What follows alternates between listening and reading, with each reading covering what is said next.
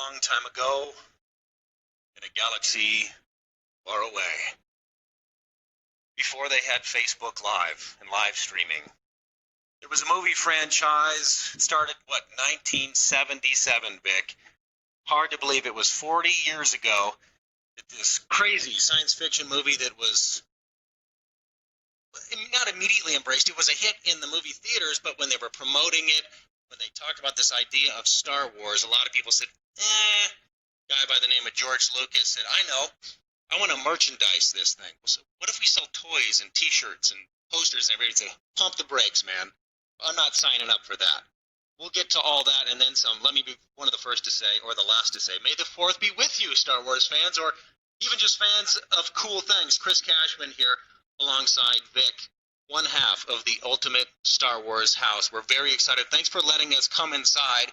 This is a private residence. This is not a museum, although you're almost going to turn it into a museum, right? Not so much a museum, but we're going to open a 10,000 square foot building to show our collection.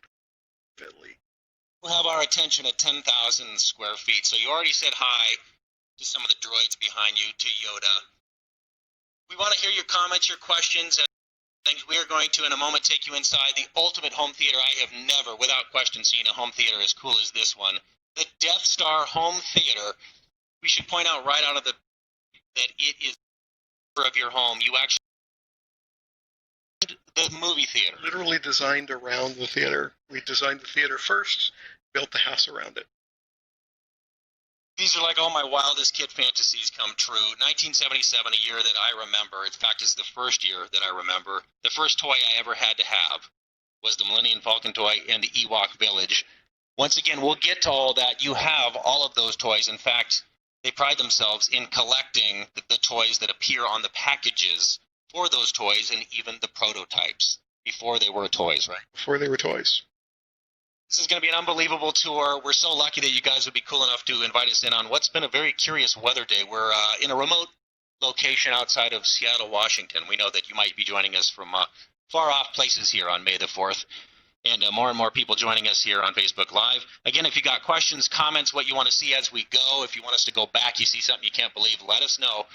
Without further ado, I think we should start right here in the center of your home, Vic, the Death Star Home Theater. And we should also give some props locally, a design company, a very cool fabrication company out of Mukilteo called Dylan Works. They actually did the fabrication. They helped make this live, right? They did.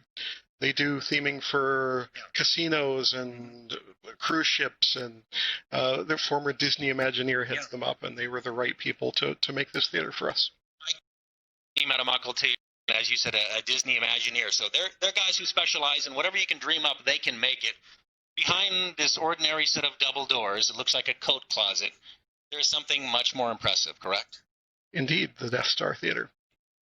You take us in, you do the honors. The Death Star Theater, ladies and gentlemen. As soon as we open the doors, you'll see why I was so excited to bring you inside of this home. Okay, we're going to do the big dramatic 3, 2, 1. Now take your time. Don't rush in. Not only are you entering the Death Star here, but take a look at some of these details. Like the flooring. You'll look, they have put in mirrors here on the ceiling. Angle, it looks like you will fall to eternity. Unbelievable. It is double-sided, but we should bring you this way first.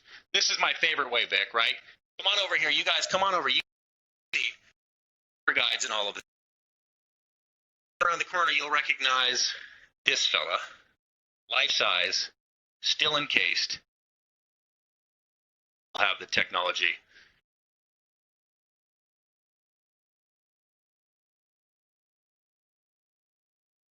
I want to, before we even open up this door, and yes, it has one of the cool push button doors that every kid inside of. We actually have the renderings, the drawings. There's got these folks, these pictures, because these are ordinary.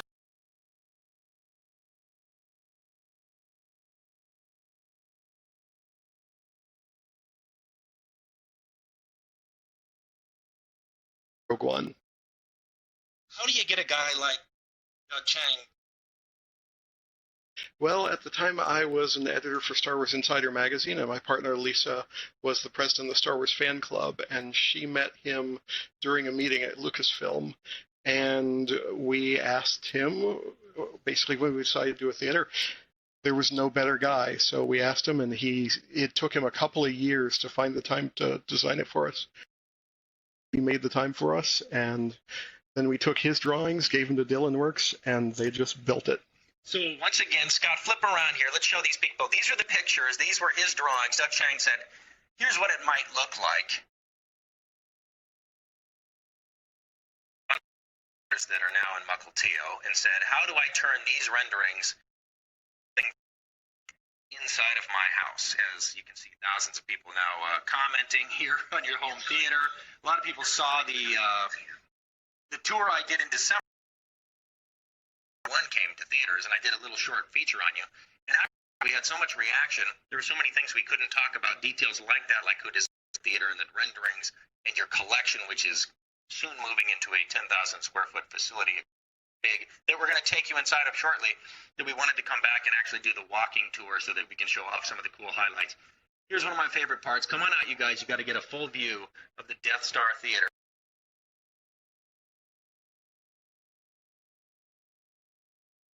Here. Ladies and gentlemen, to the Death Theater. Come on in, walk around, take a look. Scott, show them all these cool things. Actual size. C-3PO, R2 is here. Everybody's invited. What an unbelievable theater. Looks like you've got seating for about 12 friends from the Rebel Alliance, right? 10 people, yeah. It seats 10. How did you decide a screen to go with? Well, formulas that they had designed for home theaters, kind of to determine both the volume of the space, its general size, and seating parameters.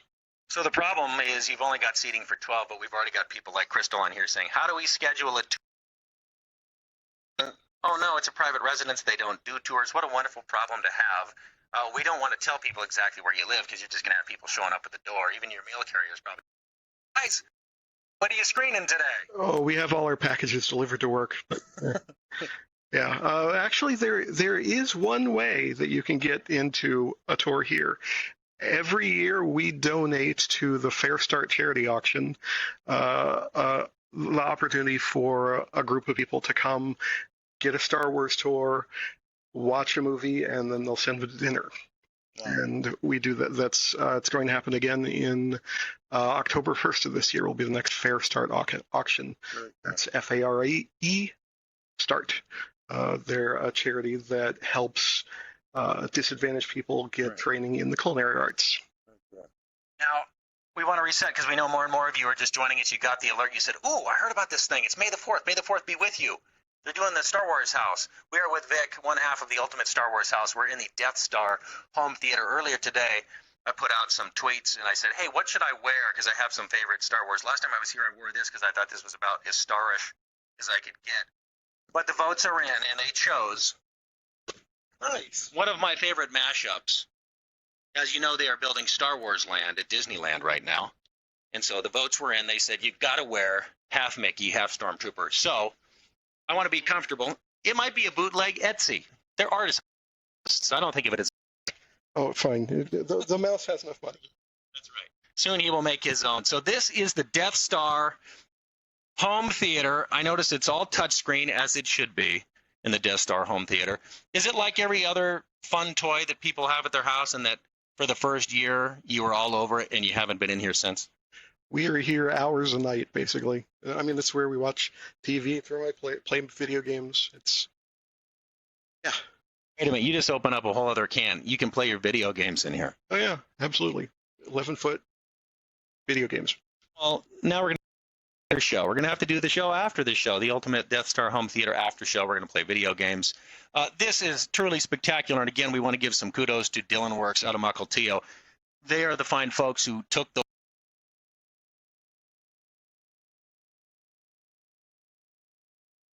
begin to ask how they possibly make it. The details are truly spectacular. Yeah, Doug actually hasn't seen it himself yet. We showed him a bunch of photos, and he was really surprised how faithful they were to his drawings. And he also said he'd never actually seen anything that he designed built for and set on. So he was kind of. I just love the detail. I mean, it's one thing to say you've got a big screen and you got your favorite movies, but the detail, what looks like the Death Star or a cockpit in here, is so cool. How did you decide who to decorate the theater with? You've got C-3PO and R2 over here. You've got the bounty hunter across from us. Oh, I don't really think I had a rhyme or rhythm to putting these guys in, other than they just look good where they are. And I've got 3 life-size C-3POs, so I have to strategically place them around the house. People are already commenting on your about favorite characters. Debbie says, gotta be Chewie. My daughters, by the way, props to them. 9 and 7 years old. They knew how special this day was going to be for me. And I woke up to a Chewie Baca cookie that they made unbeknownst to me, and it was a wonderful thing to wake up to. Tobacco cookie, I hope. No, absolutely not. Absolutely not. It was delicious. A lot of folks weighing in. A Scout.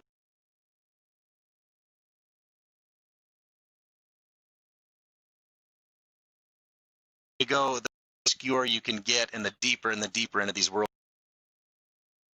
1970, for this technology for these kind of movies should have really been able to work. It did work because Lucas really had to fight. And in fact, he approached many companies and said, hey, do you want to make our toys? And several turned him down before a company called Kenner said, all right, we'll take a shot. And I think in that first year, by 1978, they made over $100 million in the.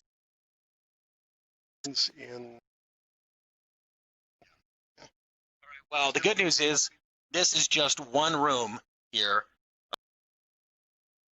You're looking good.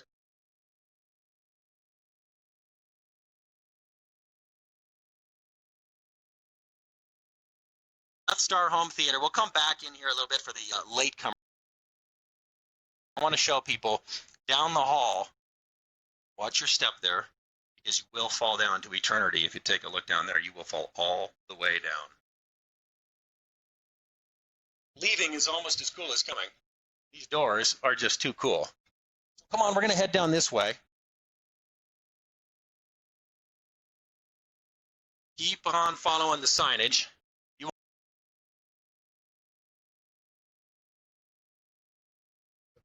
We've got some of these posters. Yeah, these are not. These have a history all in their own, correct? Some of these look quite old, in fact. Yeah, this one at the end of the possibly piece of light merchandise there was. This released at Comic-Con in San Diego in 1976, ahead of the movie, which nobody really knew what it was at the time. And they had Mark Hamill sitting at basically a card table selling these posters for, I don't remember, $3, $5. He had a small quantity of them, and for many thousands of dollars. You can see it's copyright the Star Wars Corporation, 1976. They weren't even Lucasfilm yet. So one of the earliest licensed Star Wars collections.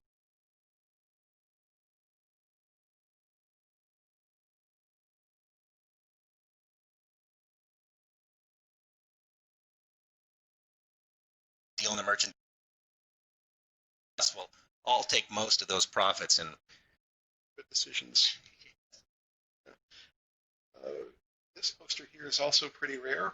It was from a concert that they did with the Star Wars Symphonic Suite, conducted by John Williams in 1978. They only made a few of these legitimate posters for the one weekend event. It was heavily bootlegged, but this one is an original.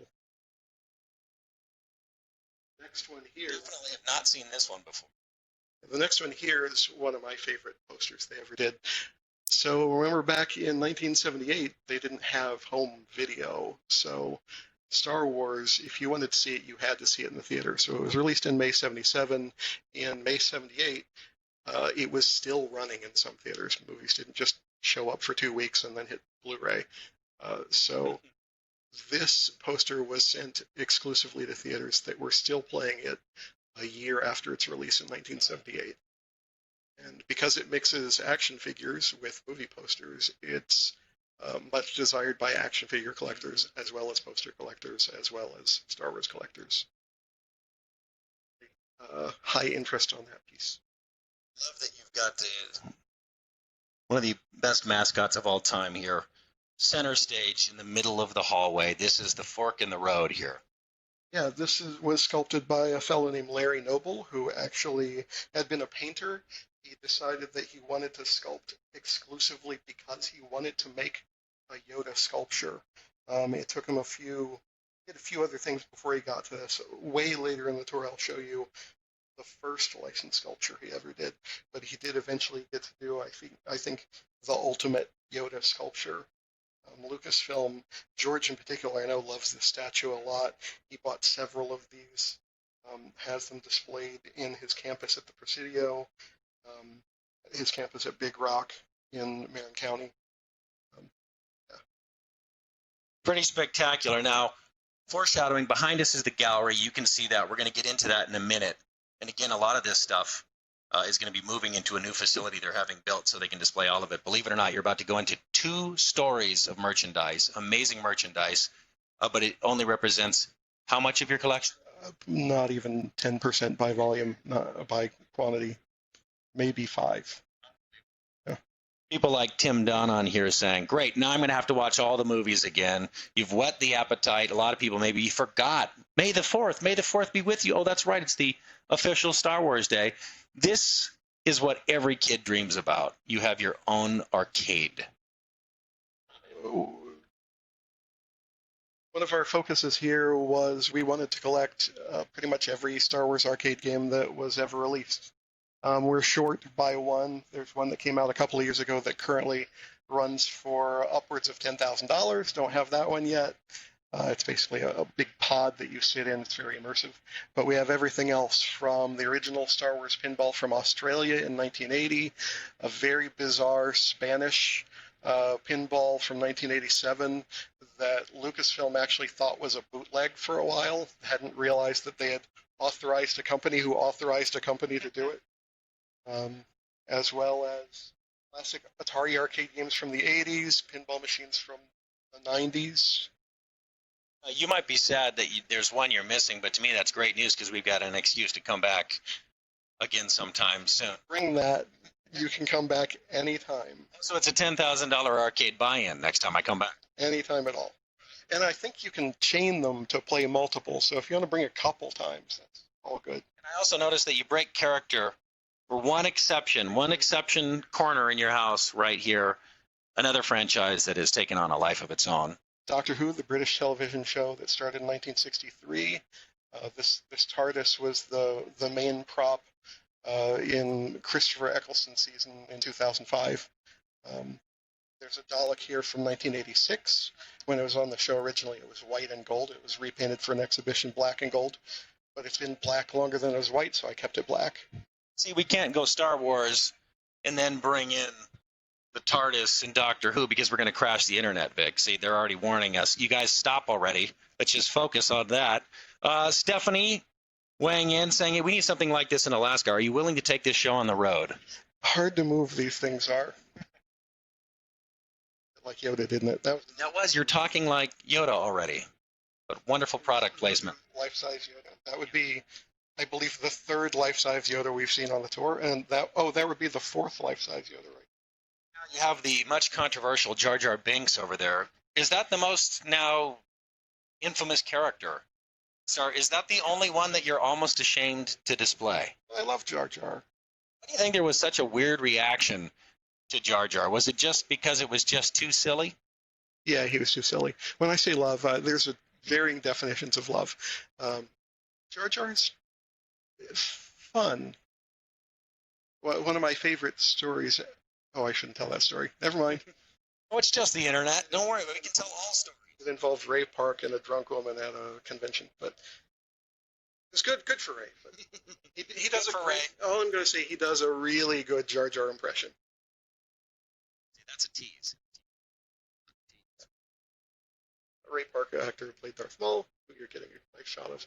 This set of here, the 4 statues that you're looking at, were made for Pepsi for store promotional displays, and then they were contest giveaways. The Darth Maul, the Jar Jar, and the Watto.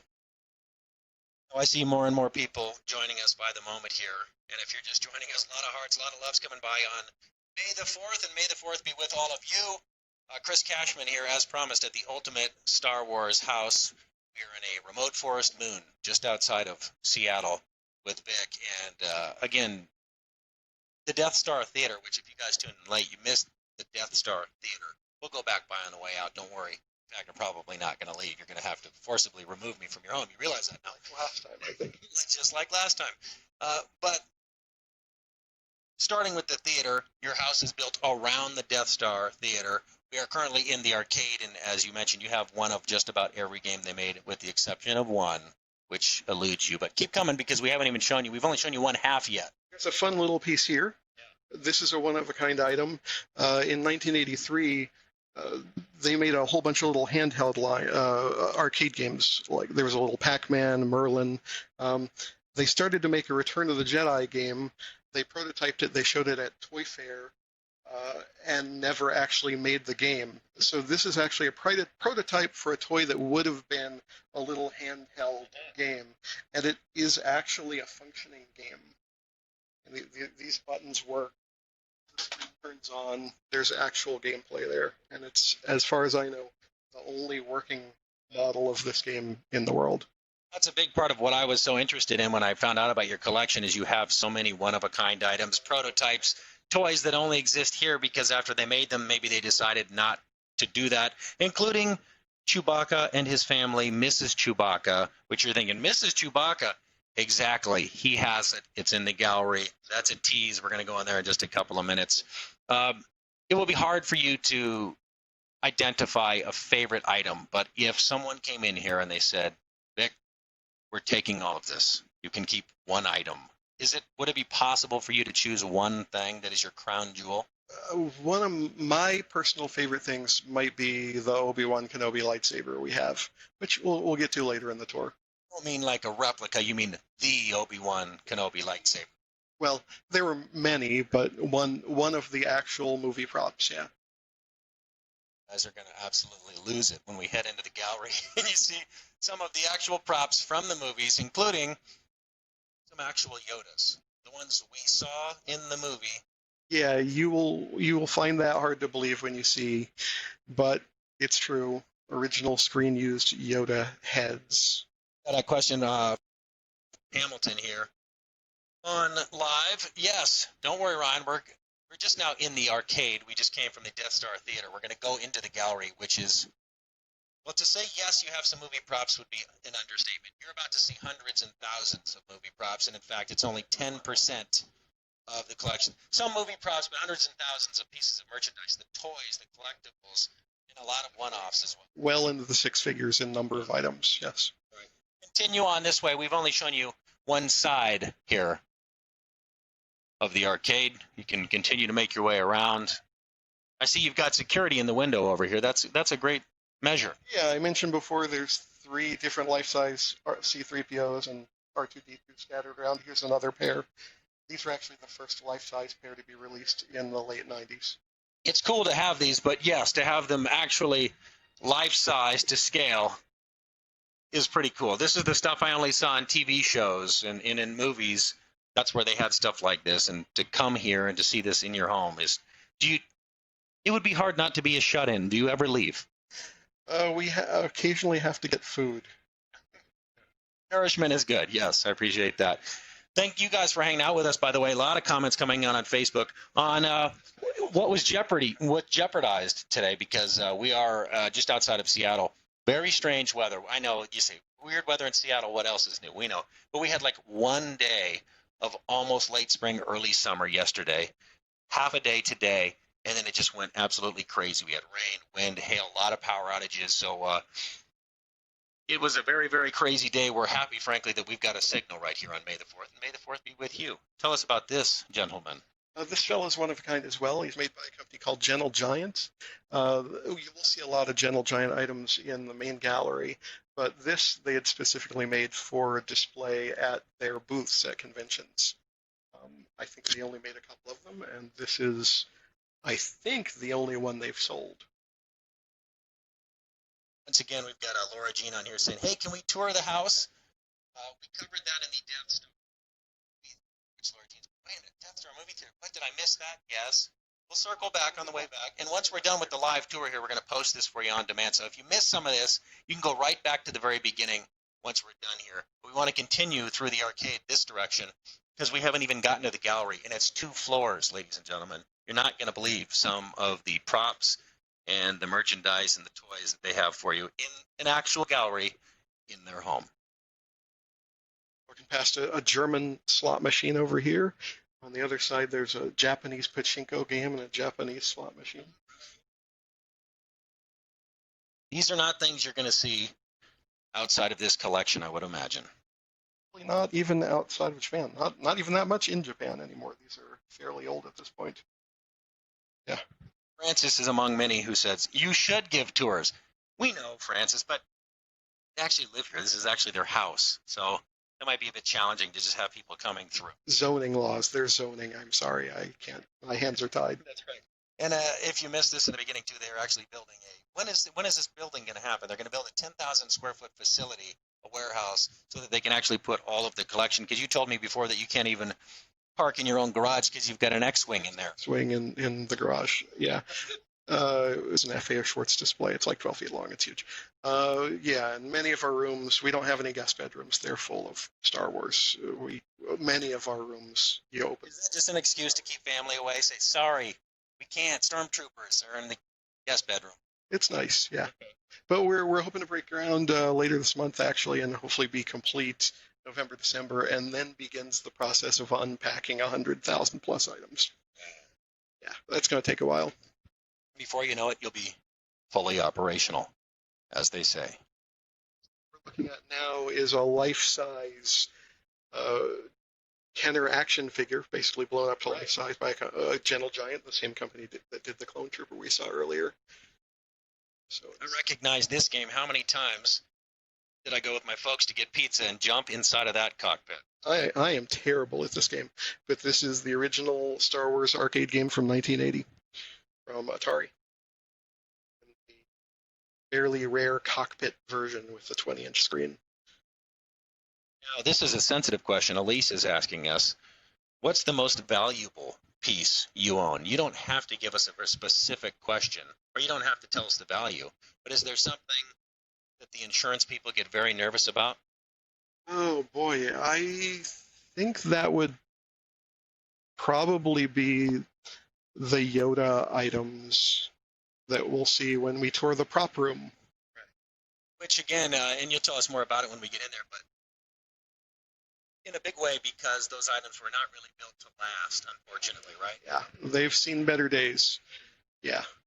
We'll talk about it when we get there, but which is where we are headed right now, ladies and gentlemen. The gallery, yet another set of double doors. Go ahead, you lead the way. Vic, tell us what we are seeing here. So the first thing you're going to see is our friend Francisco here. Francisco is really just a display of a Star Tours worker's costume from Florida. We've actually got several of the Star Tours outfits. It's the things the cast members wear as they bring patrons through the ride. But we've only got one on display currently, but we've got an archive of them going back to the earliest designs. We got a great question here from Russ on Facebook, because this is an interesting part of the story. He says, what was the first major item that you purchased for your collection? People would see this and they would say, you must have been collecting since you were a boy. Since 1978, you must have started collecting all this, right? Well, true, in certain definitions of the word. So yeah, I was a collector of Star Wars when I was a kid, but I played with everything. But I was completist about it. I actually collected every action figure that came out from 1978 to about 1981 when I made the mistake of outgrowing it. and then put them away in a box and didn't dig them out until many years later. But I told my partner Lisa how much I loved Star Wars and those toys when I was a kid.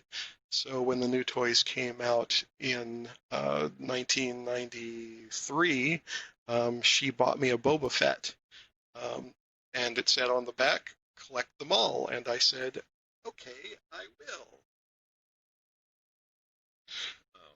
We are over here by what looks like a wall here of lightsabers and then some. What are we looking at? This wall of things in the round bookcases are prop replicas from a company that is no longer with us called Master Replicas, who had the license for, I don't know, about a decade to create.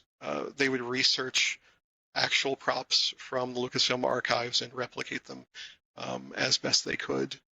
Many of these are signed editions, which have nameplates that were signed by the actors associated with the pieces. There's also a few pieces that predate Master Replicas by a lesser-known company called Icons that are even rarer, including an item Icons never released, a Han Solo blaster. Looking down at the Facebook Live comment section, not as many questions as there are remarks like, wait, from Shad saying, did you say an X-Wing parked in the garage? Yes, right? Yeah, I mean, I would love to show it to you, but unfortunately it's in a shipping container. It will be on prominent display in the new 10,000 square foot building. Yeah, this is great news because we've got an excuse to get back for the... In a year or so, when Chris does an episode 8 promo, we can show you the X-Wing. That's right.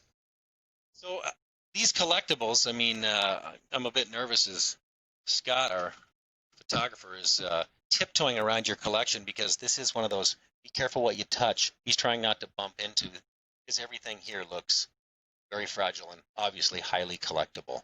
Yeah, it's true. If he breaks it, you buy it. So what we're looking at now is one of my favorite focuses is things that are three-dimensional, statues, the life-size replicas, the prop replicas. And the cases we're looking in have statues by a couple of different companies, Sideshow, Gentle Giant, and yeah. That's sort of one of my favorite things. I gotta say, on top of the display cases, some of my favorite items, you've got helmets of so many stormtroopers, some of the good guys, some of the bad guys. Scott, if you make your way down the line all the way around the corner here, you'll even find Lord Vader waiting for you around the corner. How many items do you find that you say, nah, don't need it, don't want it? Because it seems like you've got just about everything that you can find. Are there things that you just choose not to have, or is it only because you've already got it? It is impossible to be a Star Wars completist. I mean, there are a couple of people who buy a lot, and I mean the scale that I do. I think I'm in the top 3 in terms of number of items in the world. But I was talking to one of the others just the other week, and we were talking about T-shirts. I own a lot of T-shirts, hundreds and hundreds. I probably own 1,000 Star Wars T-shirts. And we were at Star Wars Celebration in Orlando a couple of weeks ago, and we're just walking down the aisles, and we're like, I've seen none of these T-shirts. I have no T-shirts. So sometimes just finding things is an issue, but oftentimes there are categories like bedding, where companies release pillow sets and bedding sets and comforters and redecorate your entire room. They'll do 3 releases at a time, several times a year, and they've been doing it for decades. So there's hundreds of pillowcases you could collect, and at some point you just can't do that anymore. So we pick a representative sample, maybe from a company's line. We'll pick the thing we like the most to collect. Things we really love, we'll go all in on and try and get everything they ever made. Got a lot of questions coming in now. Sean, by the way, thank you. He says, hey, having a hard time hearing you. We are completely wireless here today, so we're doing it old school and new school all at the same time here as we make our way around. Jerry wants to know, what is the single Holy Grail item in your collection? You can show. Was he asking a Holy Grail that I'm looking for? That's the question I was... In your collection. that I have. That Spanish pinball was something we were seeking out for a long, long time. I only know of 2 of them in the U.S., so I was really, really pleased to get that one. Somebody's already suggesting that when you open that 10,000 square foot facility, which a lot of people are saying, where's that going to be? When? I want to be there. This is, again, believe it or not, this is a private collection. This is for their own personal joy and their friends. And they do, as you mentioned, with Fair Start, a charity, once a year, you do auction off the opportunity for people to come. So we will circle back with you on that in the fall. We'll help you promote that. So you guys stay tuned on that. But we have a lot of people weighing in here on the collection. People are obviously quite blown away by this collection. Jerry, following back up and say, okay, what's the Holy Grail item that you're looking for? Perhaps that one arcade game that you says is eluding you. Well, that's certainly on the big list of things I would like to acquire. One thing you're going to see, collectors have a tendency to not want to reveal what their grail is, because when they do, the price for that thing goes up sometimes. It's almost like sports, where they talk about players not being that great because they don't want to say how great they are, because then they become more expensive suddenly. But there is one thing that I'm looking for that I'll share in a bit, which is we have this Darth Vader touring costume, and I'll explain that when we get to the costume, that needs a helmet. But fortunately, there's an auction coming up later this year for that very helmet. So now, right behind you, back up here very gently, because there are some things right behind you with glowing lightsabers that you might break with your feet, so be very, very careful. But if you take a look at this wall, you already saw some of the Ewok villages here. When I was a young lad, I was the prime demo for the first movies when they came out. This Ewok village, my parents knew how bad I had to have it. I got it for my birthday. Of course, years later, I took it into the woods and melted it. It was a fun party that I had. But what I love about your collection is you don't just have the Ewok village. Tell us what we're looking at. Hover on that one there, Scott. Tell us what that is. Well, actually, let's start at the top with the drawing. We'll go in chronological order. The drawing is the actual drawing. Right. So what we like to collect is toy prototypes, parts of the production process for making the toy. So the toy that you had as a child began as a sketch by a Kenner designer who basically put together a drawing that's like, what play features can this have? What will the ultimate form that it takes? What can that look like? So this is the original illustration for the Ewok village. And then if you want to look at the bottom of the case there, a designer took that home, and I'm not sure whether it was the same guy who drew it or a different guy, and he made a model, a 3-dimensional model of the first step of translating that into the real world. So those are actually twigs and sticks and real things from nature. That is the real deal. Yeah, bark, cardboard tubes, literally things from his backyard. And he made this 3D model. By the way, because Merton, who just weighed in from Germany, says it's 6 a.m. here, I have to go to work now, is currently crying at this collection. Merton, sorry you got to go to work. Maybe you're too sick. Maybe you're too sick to go to maybe you got that cold that's going around. May the 4th be with you, Merton. So you've got the prototype there. And then if we look at the heart right here, this particular prototype, this is still a prototype. It's not actually plastic. It's made out of handmade material. And this is one, if you think about how a toy is made, which you might not know about, but if you think about it, you'll realize that it's going to go in a box that has a picture of the toy on it. How do you get a picture of the toy for the box when the toy goes in the box so it's not done yet, right? The answer is you paint up a prototype. So this prototype was painted to be what they call the photo sample. And it is the actual model that is on the box. And that box is, the box that your toy would have come in 1983. What an unbelievable collection to have the drawing, to have the actual handmade, not even the prototype, before the prototype, then to have the prototype that goes on the box. What a cool, and complicated collection you have assembled here. Indeed. There's a similar thing we can show you here with the Rancor toy that also came out in 1983. In the bottom right, you'll see kind of the finished product. That's not actually the finished product. That's also prototype too. But that's what the kids will remember having in 1983. And if we go up to the top, we can see where that started. And that started with a sculptor working in clay over a metal armature before the days of 3D design. So clay is a great material for creating a form, but it doesn't hold super sharp detail. So they would make a plaster cast of the clay, and then from the plaster they would make a wax sculpt.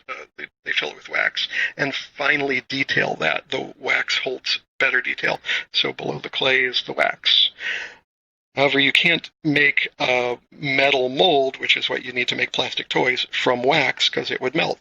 So they have to go through another step. So they will make this white silicon here is a negative of the wax sculpt, and then they fill that with this green material that's called Dynacast, which is basically kind of like chopped up rock and glue. And that is hard enough that they can make a steel mold from it. Unfortunately, I don't have a steel mold for the Rancor. And then you end up with a toy. More and more people joining us here on Facebook Live during the party a bit late. May the 4th be with all of you. We're at the Ultimate Star Wars house. Vic is cool enough to let us inside. We started at the Death Star Home Theater. A lot of people are already saying, go back to the theater, go back to the theater. We'll get back there.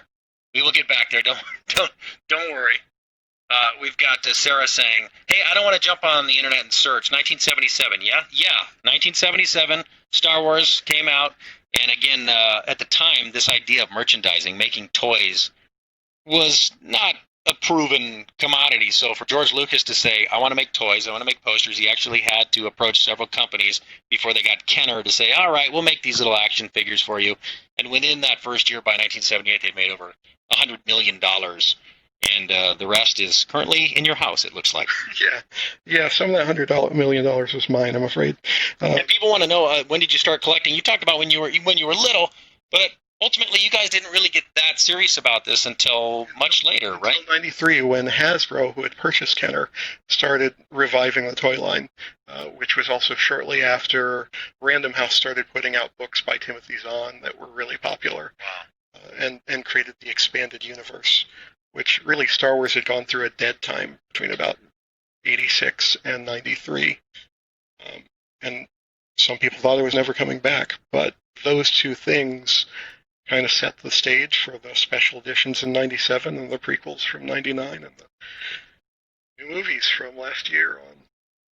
Now, it's easy for me to just watch my eyes cross in this amazing collection zone. Don't let us go by anything that has a special story, because I know that you have some items. In fact, it's easy to get lost in the toys, right? It's easy to come over here and say, oh my gosh, look at all these collectibles in here, but some of the things hanging on the walls have really special stories. And in fact, we're talking about the merchandising and how unique that was. Once upon a time, to get some of these toys, you had to get them off the back of cereal boxes. You couldn't even buy them. You had to trade in those little proof of purchase and things like that, which a lot of you guys will remember. We're going to show you in a minute some of the actual proof of purchase, some of the actual slips that were sent in by the movie makers to get their own toys. So what we're looking at now is original artwork for these things called the planetary maps that were included basically on the back of a toy catalog in the Power of the Force toy line in 1985, 1986. Each little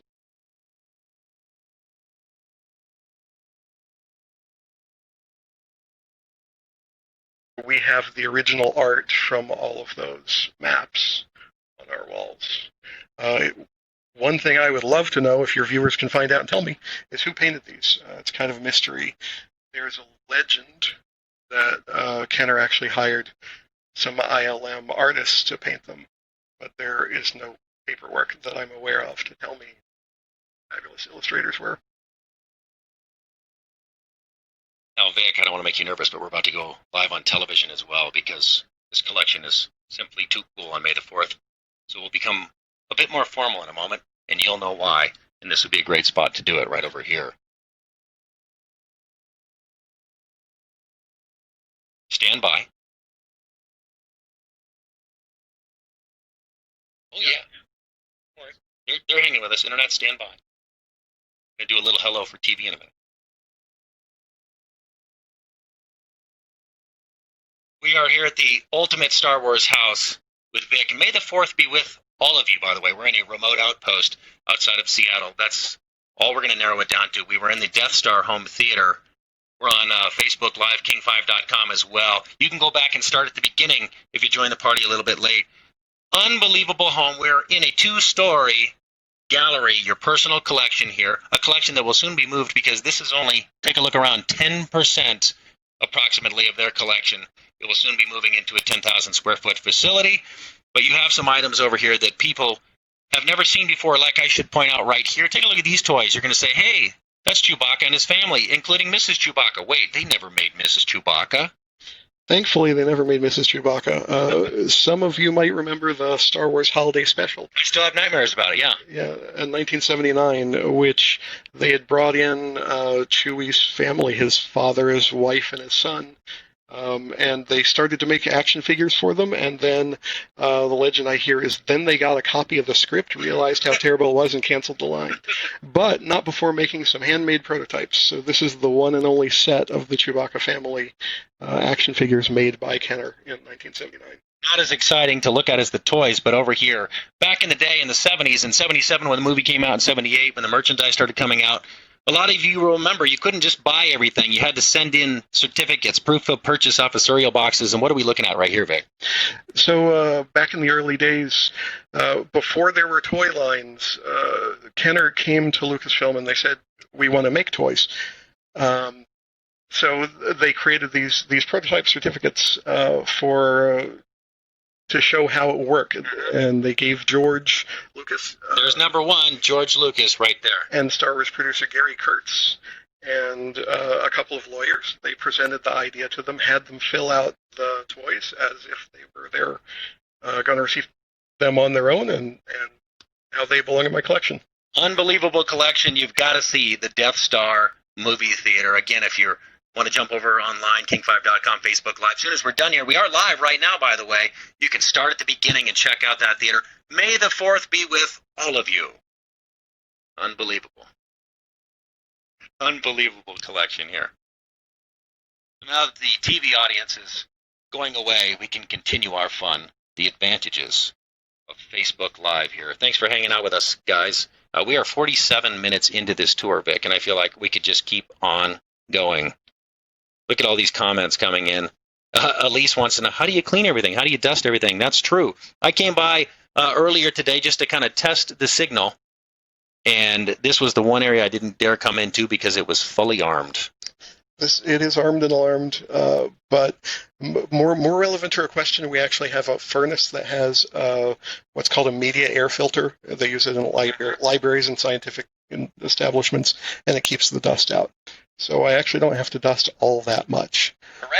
Yeah. Let's go around the corner here because some of the actual movie props are hiding. Don't go too fast there, Scott, because right over to your shoulder here are some very exciting items. So we are on our way into the prop room.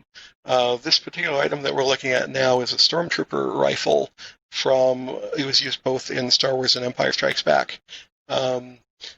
This was a converted actual live-firing machine gun. It actually was live-firing until a couple of years ago when we purchased it. It was in the UK, which is where they filmed.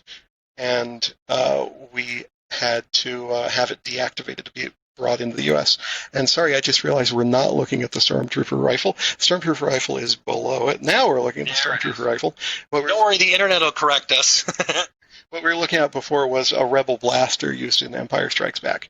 This is a Stormtrooper rifle. They're actually, if you look... And since we're talking about those items, well, yeah, Michael wants to know, how do you get movie props? Oh, well, there are a few reputable sources, and there are more disreputable ones, and don't go with the disreputable ones because they're either fake or stolen. But once you find the right people, they will find you. I get offers from reputable people fairly often, more than I can take advantage of. So you're at that point in your collection process where people actually reach out to you and say, I have something you might find interesting, Vic. Occasionally we'll put feelers out, I'm looking for such and such thing, but it's more a matter of responding to what comes to you. Seeing lightsabers over here. Yeah, well, what we passed by there was an original lightsaber from Obi-Wan Kenobi, Ewan McGregor. Um, it was one used in a lot of publicity photos. In fact, it's the exact one you can see hanging on his belt in the photos that this one's framed with. Wow. Yeah, there are a number of different quality lightsabers that are made. They're what's called hero pieces, which are fully detailed. They're made with metal and look gorgeous. They're made for close-ups. Um, and then there are what they call stunt lightsabers. And if you look at this other wall, we'll see stunt lightsabers that were made for Episode 1. We have here Qui-Gon Jinn, Darth Maul, and Obi-Wan Kenobi's lightsabers from Episode 1. These are the stunt versions. You can see the rod in there that would show the visual effects artists where to replace the blade. Right. And you'll also, if you look close at them, you'll see they're not metal. There's some metal parts, but mostly they're resin, so that if you accidentally hit somebody in the head with them, it won't knock them out. The buttons are just painted on because they need to be smooth and safe. And these would never be shot in close-up. They would use the hero pieces for close-ups. These are meant for distance shots and function more than visual. You have everything displayed so nice. People like Russ are saying, if I had this stuff, I would take it out and play with it all the time. How tempted are you just to come in here? I mean, you crack a bottle of wine and go, you know what? I'm going to have a lightsaber fight. Well, why not? I might have worn some of the costumes. Okay, fair enough. We've got Vader right here. Scott, you've got to be, that's behind the camera. You got to be very careful in this section because this case has some rather priceless items inside, correct? It does. So we got a couple of glimpses of the stuff on top of the case. Those are replicas, not actual props. But everything in the cases is related to the production of the movies. This particular case we're looking at is all items related to the original trilogy. We have some sections of the Death Star. That little headset there that headset was used in a lot of places in A New Hope. Luke and Han have them in the Millennium Falcon. They're actually underneath most of the X-Wing pilot helmets. I can't match that one up definitively, but it came to us in a bag labeled Harrison. So I have a belief, but no proof that that's the one Han wore on the Millennium Falcon as they're escaping. Obviously, a lot of molds here. These are the molds that many of these props came from, correct? Yeah, we were very fortunate. A few years back, Stuart Freeborn, who was the creature artist for the first couple of movies, he designed a lot of the aliens, and his wife did a lot of the makeup. He was getting on in years, and he knew he didn't have much time left. He has since passed us, but he wanted to get the things in his collection into the hands of people that he knew would appreciate them. So, speaking of appreciating, we are already admiring some, yes, decaying-looking Yodas, but those are not old, thrown-away costume pieces. You're looking at the real deal. Yeah, those two in the middle were actual screen-used props. The one with the black neck and the one next to it. They're made of latex. They weren't meant to last. So basically they started falling apart, drying out, and just falling to dust shortly after production. That hard green mold that you see there is from the original mold, but in a harder foam, and it is likely the best surviving expression of what the original Yoda mask looked like. None of them have survived any better than the two that we have here. I also see an Ewok down here on the end. I see some scripts. I see Greedo at the bottom. That's one of the three original Greedo masks that they use in the first movie. There's one scene that was used in the shooting in London that George didn't like. It was too static. It doesn't have any moving parts. So they refilmed it in LA with a new prop that had its mouth and ears would move. And then there's a solid one that's used when Greedo gets shot, and he drops forward on his face, basically. So they made three masks. This is the original one that was used in the London shoot, which means this is the only one of the three that actually acted with Harrison Ford. The other two were Harrison was not present when he was shot, when Greedo was shot. Let's keep going around the corner here. I got to say, not too long ago, Emerald City Comic Con came through Seattle. I took my daughter to see some of the cool things that were there. Like everybody else, I had my phone out. I thought, oh, here comes a pretty convincing-looking Chewbacca walking towards me. And got a video of him walking by, and he kind of was at eye level as I had my phone up high, and gave me a pretty convincing growl, and people even said, boy, how did he make that sound? That was pretty good. I posted it, and because my daughter's 9, she said, Dad, how many followers do you have? She wants to know all of those things, of course. And I noticed that one of the people that liked it, because she wanted to see who likes your posts, how does that work, was actually Chewbacca.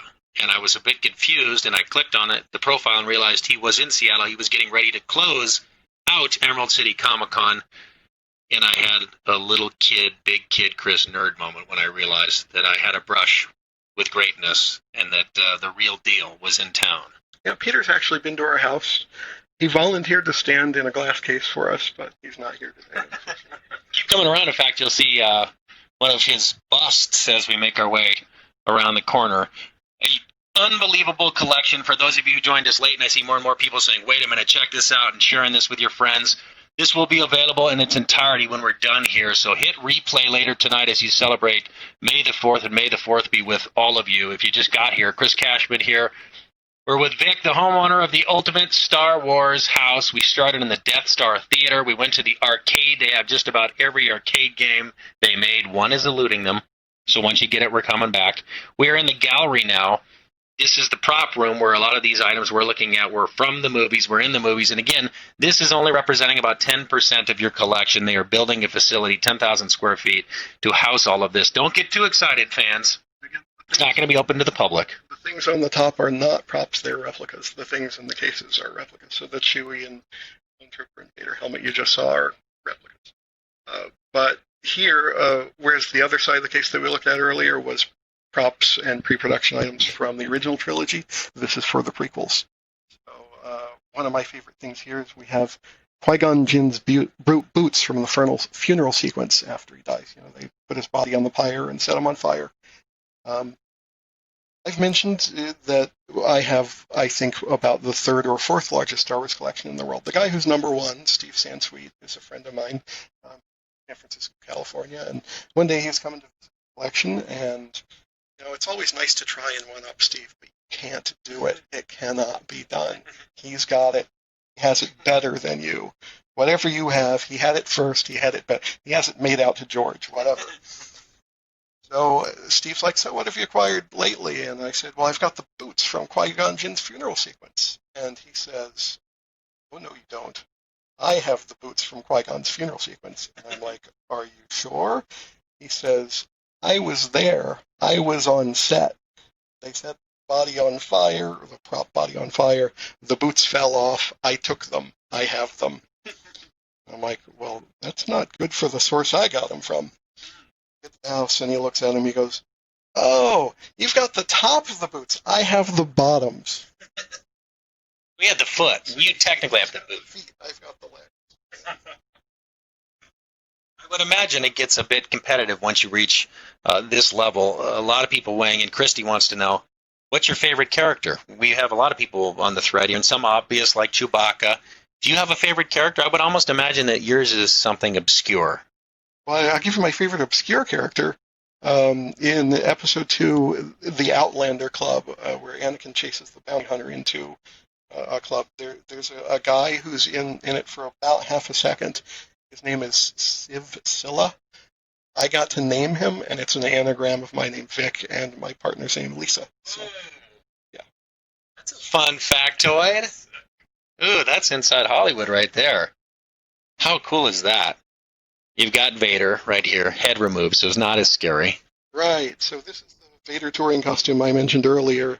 So touring costume, this wasn't used in the movie, this was used for like malls and... To scare children. To scare children, yeah, and basically they'd get some big guy to sign autographs as Darth Vader at Toys R Us or whatever. So this was made using some of the original patterns and some of the original, not original film used pieces, but some of the techniques that they used. And as you can see, he's missing a helmet, which I need badly. And there's an auction coming up for one later this year that I intend to seize the day on. All right, well, let's keep going here because I told you guys I was only going to come bother you at this time of the evening for 1 hour, and we've already reached that hour. But there's still an upstairs to get to. So let's do a quick wander through here, and then I want to take them upstairs to give them a quick preview. Tell us what we should stop and drool over besides everything in this section here. So this room has two functions. The two side walls are Star Wars Kenner toy prototypes and packaging from the 1970s. In the middle of the room is the Japanese stuff. Star Wars licensing has always been kind of weird in that there's been licensing for Japan and licensing for the rest of the world. So Japan's always kind of had their own unique things. The more interesting things are actually on the other side of the case here. What we're looking at there was some plastic model kits from Kotubukaya.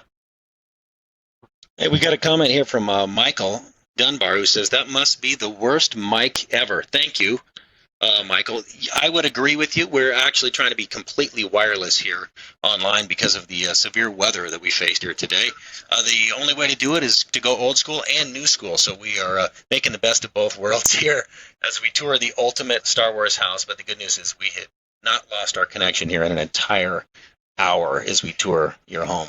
So, yeah, and my favorite thing in this room actually is this drawing up here, which is an original pencil sketch concept for the Admiral Akbar action figure. If you look over here, it's dated 1981, so 2 years before the movie came out, and it's listed as Revenge Figure number 1.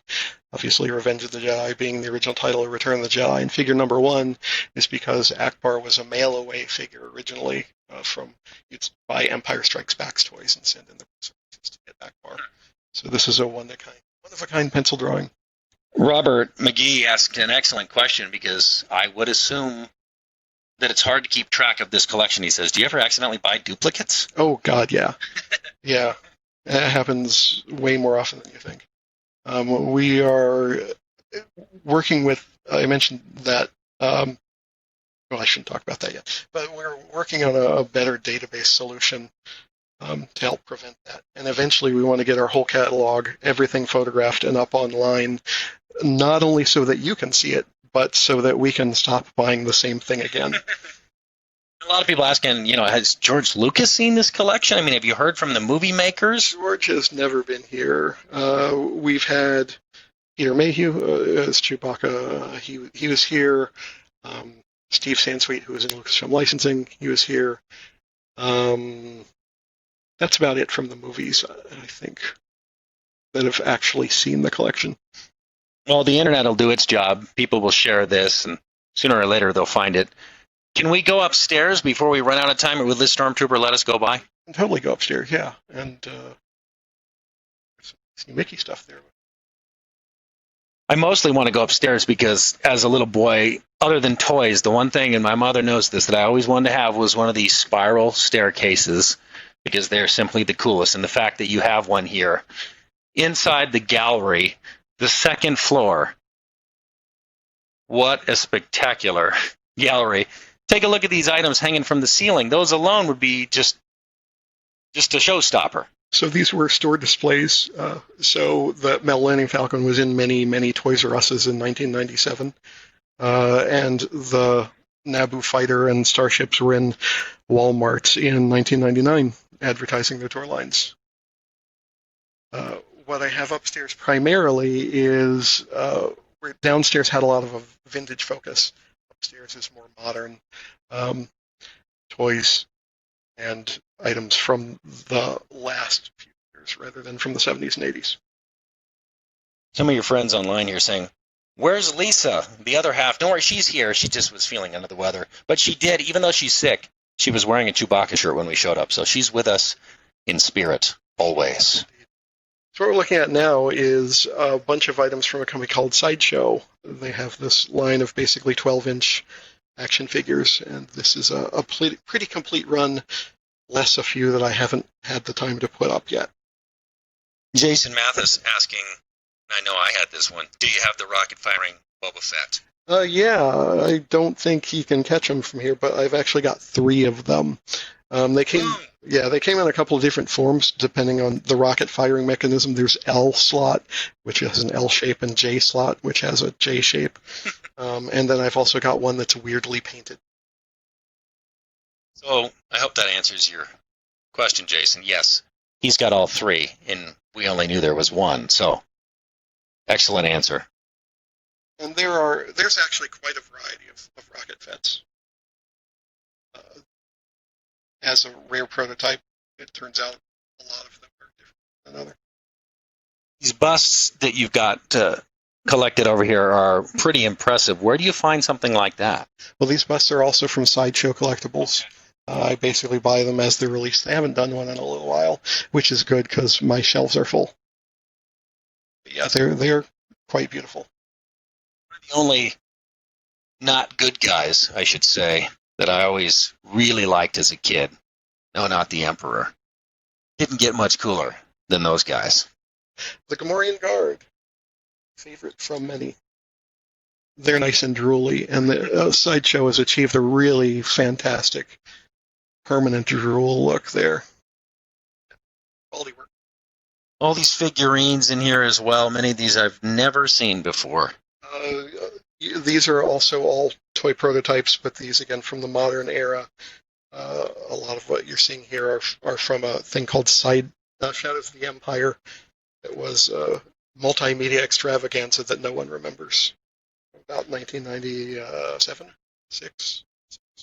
Michael Roenbeck says, what's the rarest item you have? Is it probably those screen-used Yodas? Well, I've got many items that are literally one of a kind. So many, many unique items. That's such a perfect answer when someone says, what's the rarest thing you have? You said, there's so many of them. I have so many one-offs. Yeah.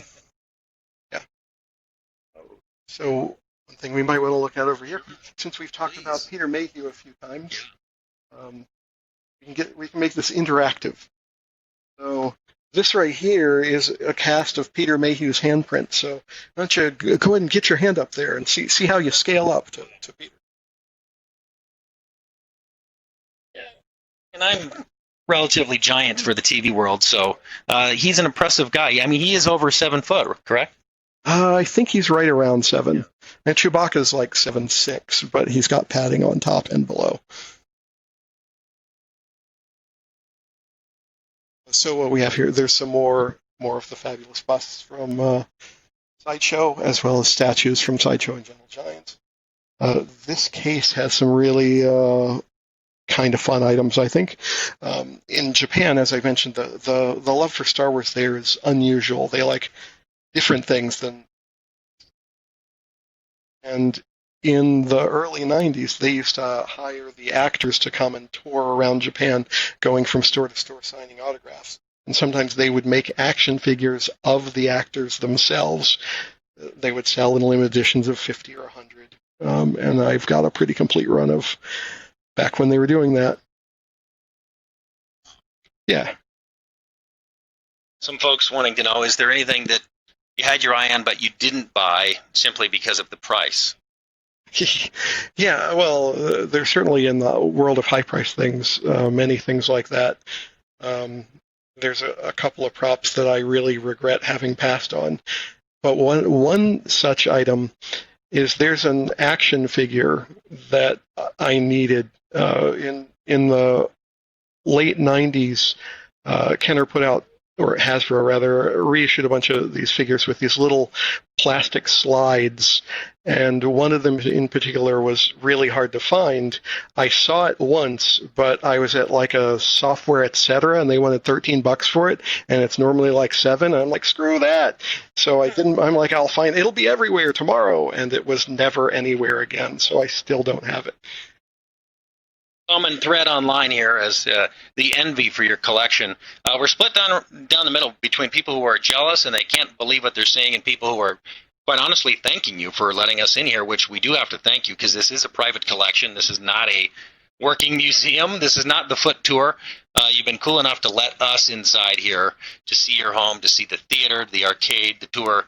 But a lot of people, the burning question is, how could you possibly find, buy all of this stuff? What do you do for a living? Do you have a printing press in your home? I have a job. My job is not the answer to that question. My previous job is the answer to that question. My partner Lisa and I are original employees of Wizards of the Coast, as you may know, publishers of Magic the Gathering and later the Pokemon card game. So if you bought Pokemon cards in the late 90s, thank you. Thank you very much. My house. Thanks to Pikachu. All credit due there. What a cool collection. We have already overextended our welcome here. We could probably keep going on for days and hours here, but we are going to literally walk our way out, back down the cool spiral staircase here. And for those of you who joined us a little bit late, we'll give you a quick peek-see of the arcade. We'll do a little walk by, and we'll leave you in the Death Star Theater where we began our tour, because we know a lot of you showed up late. You heard a mention of it. You got terribly excited. Let's show the Rocket Fets, because they are one of the most coveted toys, certainly amongst young boys. That was the one that you wanted to have. They were hard to get. There they are. So I'm sure most of you know the story, but in case you don't, originally Boba Fett was one of those mail-away figures. You had to send in proofs of purchase. Couldn't just buy it. You eventually could, but initially it was mail-away only, and they said he was going to come with this cool rocket-firing backpack. But a child unfortunately choked to death on the rocket from a Battlestar Galactica toy, and the toy industry responded by removing firing rockets from all toys for several years. So when Boba Fett came out, he didn't have a rocket that fired. He had one that was permanently affixed in place. And these are 3 samples of the original spring-loaded rocket, which is a holy grail for many Star Wars collectors. Amazing. Well, good news. Not only have we already gone well past the hour that we said we were going to be here for, but we're literally about to lose battery on our equipment. It's that impressive of a tour. So come on out here as we get ready to say goodbye to the Ultimate Star Wars house. For those of you who showed up late, don't worry. As soon as we hit stop, this will be available on demand. That's the arcade. Quick preview. He's got one of just about everything in there. There's still one eluding him. They'll get it. We'll come back for the Grand Tour. And again, as soon as we're done here, this will be available on demand. So you can start in the beginning, watch it again, share it with your friends. You know your friend. You know that friend that would love to have seen this. He didn't know about it. Just hit share. Share this with him. Let him see it. And on the way out, the Death Star home theater, designed by one of the designers from the movies, Doug Chang, and fabricated by some folks here outside of Seattle and Mukilteo, Dylan Works. They took the pictures. They turned it into the real deal. This is where we say goodbye, ladies and gentlemen. May the 4th be with you, always, from the Ultimate Death Star Theater. No, seriously, you guys got to go, right? Well, one last plug, if you'd like to visit, charity auction, fairstar.org, the October Gala auction. FARE. FARE start.org. Have your chance to get your own tour, watch a movie, and have dinner. Very cool. Now you guys really do have to leave, because we've overstayed our welcome. I don't want to pretend that you guys are going to bed, because you've already told me you're not going to bed. You're going to watch movies and they're going to play video games. They can play video games in here. So you guys leave. You know how to close the door on your way out. You just press that button. So come on this way. Lead yourself out. You press the door. Thanks for watching. Thanks to Vic. Thanks to Lisa. From everybody here at the Death Star Home Theater, may the 4th be with you, always. Here we go. This is how you make an exit. Facebook Live, out. Oh, they've got it so that it won't pinch my finger. Oh, wait, I forgot my wallet. It's right outside.